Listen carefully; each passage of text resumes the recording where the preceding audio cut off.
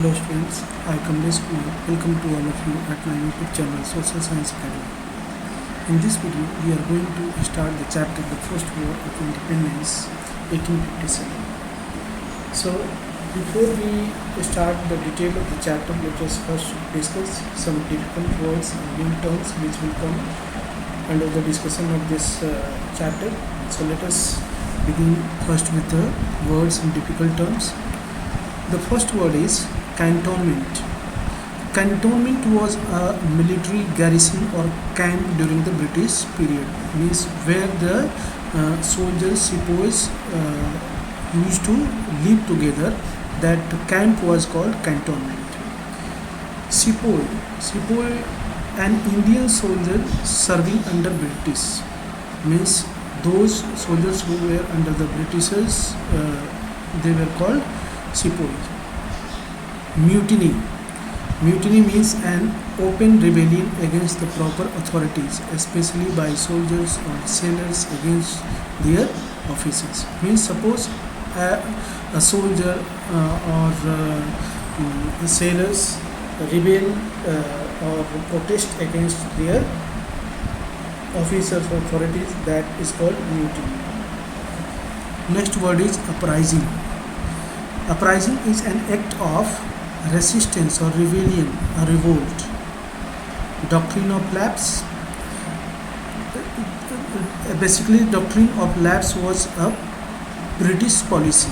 The doctrine of lapse was an annexation policy applied by the British East India Company in India until 1859. According to this doctrine, what happened?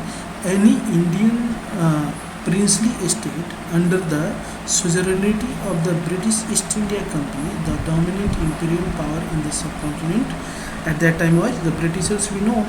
So under their captivity, their suzerainty, as a vassal estate under the British subsidiary system would have its princely status abolished. Means the status of prince will be abolished in what circumstances? If the ruler was either manifestly incompetent or died without a male heir. Means any ruler who was not having the male successor means his son. In that case, that state was annexed by the Britishers. That is the doctrine of lapse. Now, next policy was subsidiary alliance. It was also a British policy of providing military assistance to Indian rulers in exchange of paying for army maintenance. A British resident was stationed at the court for security from other rulers, but the main purpose was to keep other European powers away. So, let us understand it. Suppose there are two rulers, Indian rulers, Mahesh and Suresh, and at the third point there is Britishers. So if Mahesh is entering in the subsidiary alliance system with Britishers, means he was having fear that the Suresh can attack on him. So for the protection from that, he asked Britishers to assist him. So he and Britishers made an alliance, and in this alliance was not free of cost. For the maintenance of army, means in the court of this Mahesh, the Britishers would take some fees from them. So the this Mahesh has to be pay some money for the maintenance. So this was subsidiary alliance. Next is imprisonment. The act of putting someone in prison or the condition of being kept in prison. Means simply, if you are imprisoned, you are kept in prison, that is called the act of imprisonment. Next is ally. A state formally cooperating with another for a military or other gains. Means suppose any state is cooperating with another state for military help, that is called alliance. Court martial, a judicial court for trying members of armed services accused for offences against military law. Means, suppose you are serving in a military and you are not following any rule made by that military. So you will be tried in that judicial court. That system is called court martial. Tenth is word is racial discrimination, unfair treatment or bias against a person or a group of people on the basis of their race, hair type, color, eyes, its skin, etc. So that is called racial discrimination.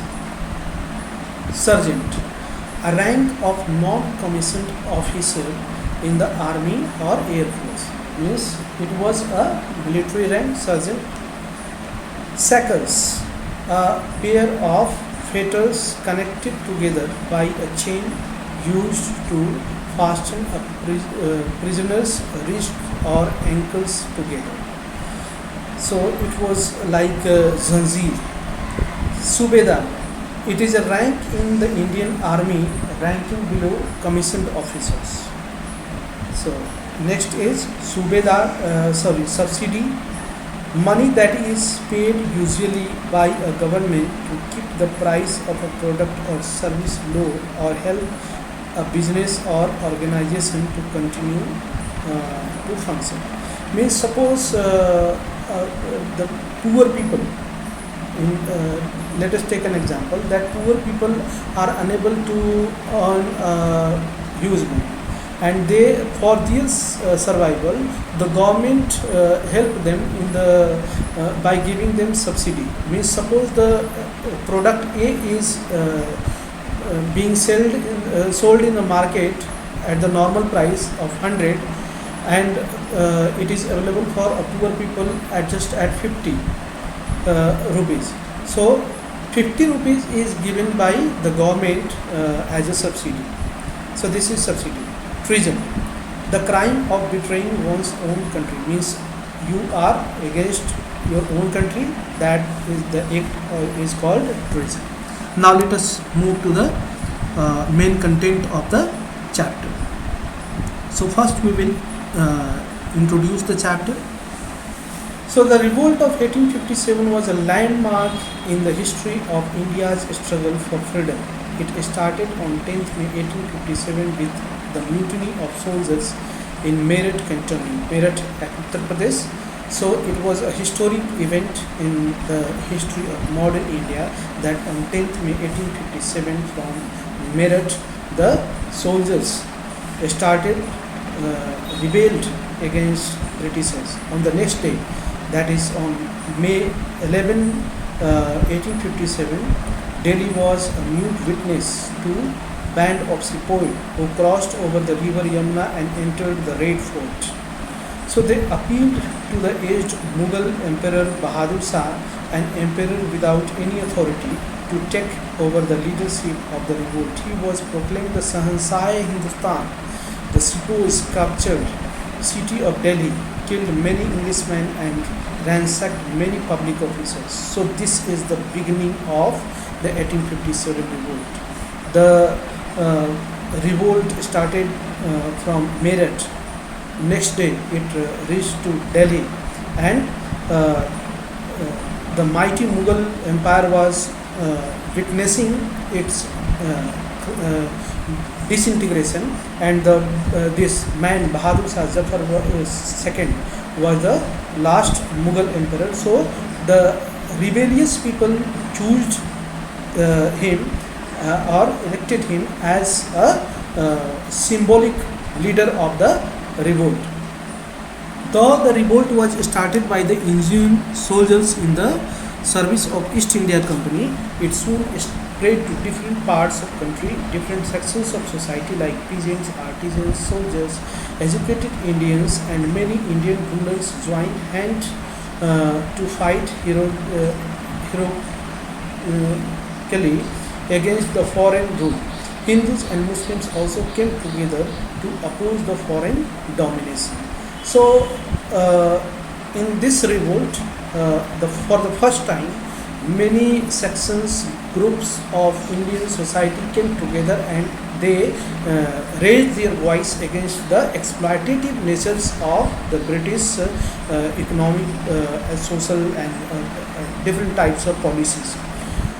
Now, the event was also called the Uprising, the Revolt of 1857, or the Sepoy Mutiny by the British, but the Indian historians call it the first war of independence, as it was the first time that different sections of Indian society united and fought as one nation or to throw off the shackles of foreign dominations.